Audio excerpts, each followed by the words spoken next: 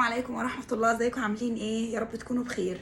في بنات عايزين يعرفوا الخمار الفرنسي ده شكله عامل ازاي، لان انا الفيديو الاخير اتكلمت عن الخمار الفرنسي والنقاب الفرنسي، فقلت اسجل لكم فيديو واعرفكم انا اشتريته ازاي وهو عامل ازاي.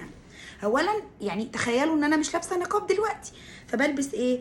انا بلبس النقاب اللي هو اللسمه، اللي هو الاستك ده انا كنت جايباه برضو اونلاين، فهنعتبر ان انا لبسته كده. مثلا النقاب اهو لبسته وحطيته من ورا من هنا على اي بندانه ولا اي حاجه، تمام؟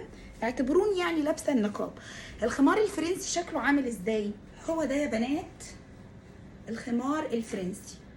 هو في من الماليزي شويه، بصوا اهو، هو شكله عامل كده. بيتلبس ازاي بقى؟ بصوا، هو من هنا كده مفتوح، تمام؟ بعمله كده وبلبسه كده، تمام؟ اهو بلبس كده. فاهمين الموضوع عامل ازاي؟ كده بعمل كده، طلع النقاب. طلع النقاب هو من غير نقاب ولا حاجه. في ناس بيبيعوه اونلاين، بيبقى النقاب بالخمار، وبدخل دي كده. هو الاول اوريكم بس ممكن انا اعمل ايه. ممكن انا اعمل كده واعمل كده وارجعه لورا، تمام كده، واربط من ورا كده كده. فاهمين؟ ده ستايل اهو. بصوا حلو ازاي، بصوا الفكره.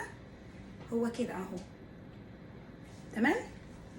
هو كده، دي فكره ليه.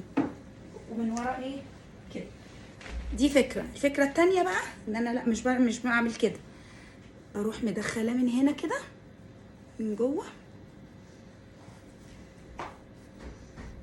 كده كده، تمام؟ ندخل ايدينا كده وبندخل من هنا ومن هنا. تلبسي بقى ايه كده، تربطيه من ورا كده اهو، بتربطيه بقى كده من ورا، بتربطيه بقى من ورا كده، تحملي بقى كده، بترجعي. هو ده انا جايباه اونلاين برضو من بنوته كده قمره. والنقاب لوحده. في ستايلات بيبقى الخمار لازق في النقاب.